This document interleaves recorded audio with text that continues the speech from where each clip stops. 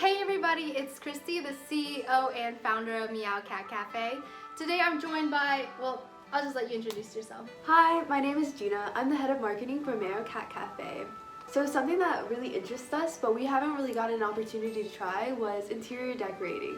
I recently moved into a new place with a new foster room, so I thought this was the perfect opportunity to go all out.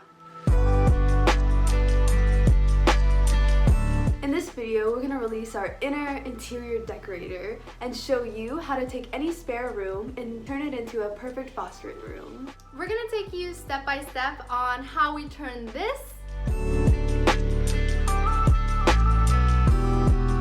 into this.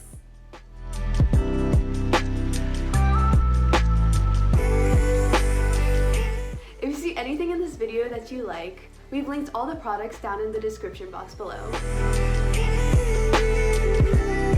In all foster rooms, there's a couple of things that you need to keep in mind. Number one, you'll need to make sure that it's kitten safe.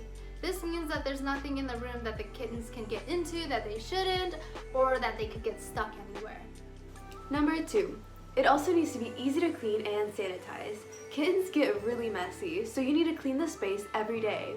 And in between litters specifically, you need to clean and disinfect to prevent infections and disease from passing from litter to litter. And lastly, the room needs to be cadified. This means that it needs to include everything that your foster needs to feel safe, comfortable, and enriched. You can check out our other video, Preparing for a New Kitten, to figure out all the things you'll need to buy to make sure that your kitten feels safe, happy, and comfortable in their new space. First, we started by repainting the walls. They were this weird yellowish color with scuff marks all over. It gave the room a dark and dingy feel, so the first thing we did was give it a fresh new coat of paint to brighten up the room.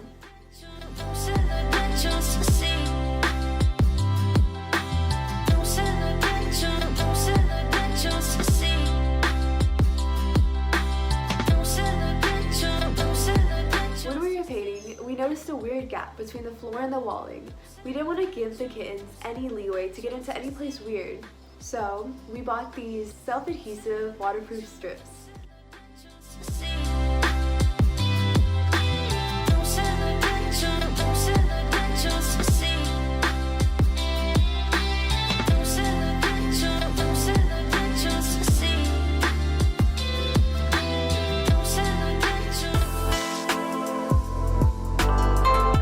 Next, we tackled the floors. They were a gray-blue color, and it gave the room kind of a dungeon-like feel. The cinder block and exposed piping did not help. We bought contact paper off of Amazon, and this was a cheap and easy alternative than actual wood flooring. I've used contact paper in the past on one of my old desks. It was basically a plastic fold-up desk, but with the contact paper, it really looked like an actual wooden desk.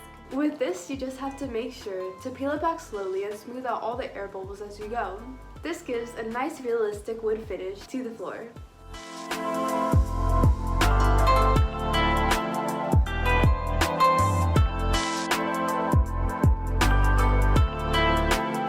Last but not least, we gotta cadify the space. So I really want to use this room for both my younger fosters and also my older fosters. When I have really young kittens from 0 to 3 weeks old, they don't know how to eat on their own yet, they don't know how to use the litter box, and they barely know how to walk. Because of this, these kittens don't really need that much space. So I bought these little plastic dividers to divide the space up into smaller, more manageable sections.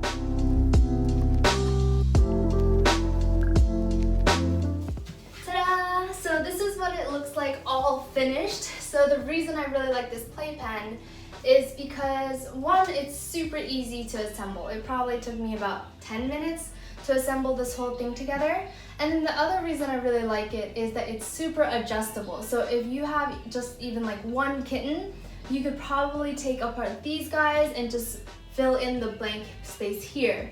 It's super easy to readjust this playpen to whatever your foster needs are, and so yeah, that's why I really like this playpen.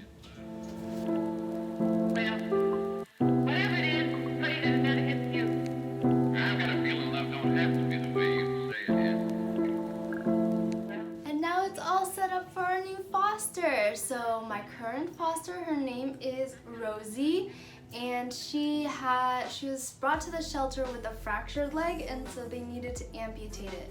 Because of this, she's been having a little bit of trouble adjusting to life on 3 legs, and that's why I set it up so big, the playpen so big, to give her enough room that she can walk around and she can stretch her legs and hopefully build some of those muscles up. Right, Rosie?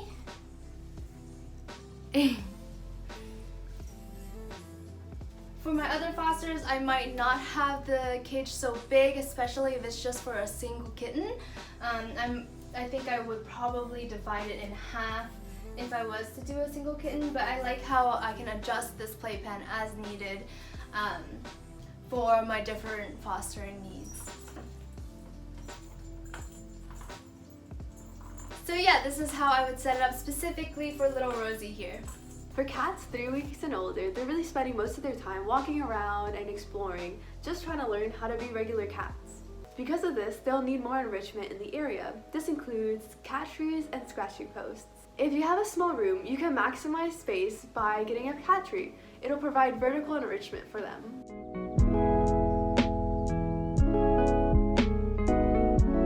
We have a whole list of toys and other enrichment items in our previous video preparing for new kittens, and everything will be in the description below.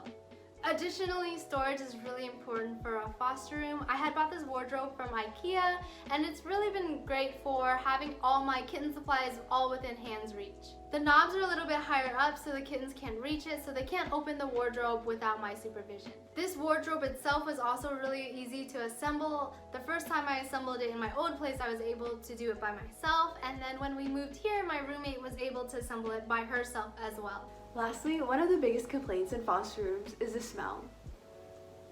Even if you scoop and sanitize, if the room has poor ventilation, the smell sometimes lingers. This room doesn't have really great airflow, so we bought this air purifier to cleanse the air for the kittens, but also to help reduce the smell for us. We're still testing it out, but so far it's been working really great and we're really happy with it. Alright, so that's everything we did to transform this dark, scary dungeon of a storage room into a nice, modern foster room.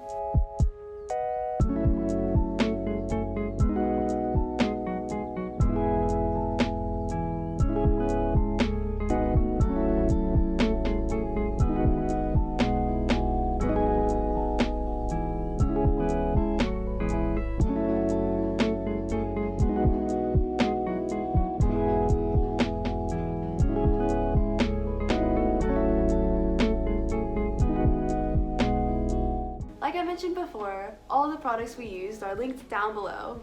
Alright, that's it for this video. I hope it was informative for you. If you like this video, make sure to subscribe to us on YouTube, follow us on Instagram and Facebook, and subscribe to our newsletters to stay updated on everything that's happening at Meow Cat Cafe. Thanks for watching this video, and we'll see you in the next one. Bye!